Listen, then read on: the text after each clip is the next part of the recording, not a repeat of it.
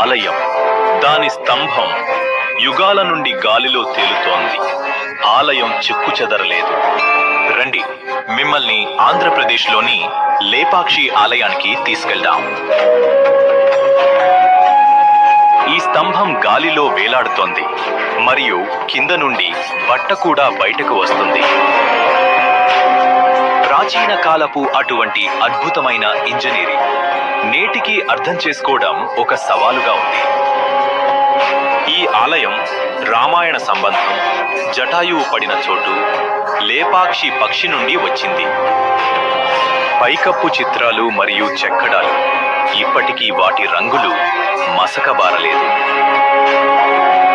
లేపాక్షి ఎక్కడ ఆస్థ, కళ మరియు రహస్యం ఒకచోట నిలుస్తాయో, ఒక ఆలయం దాని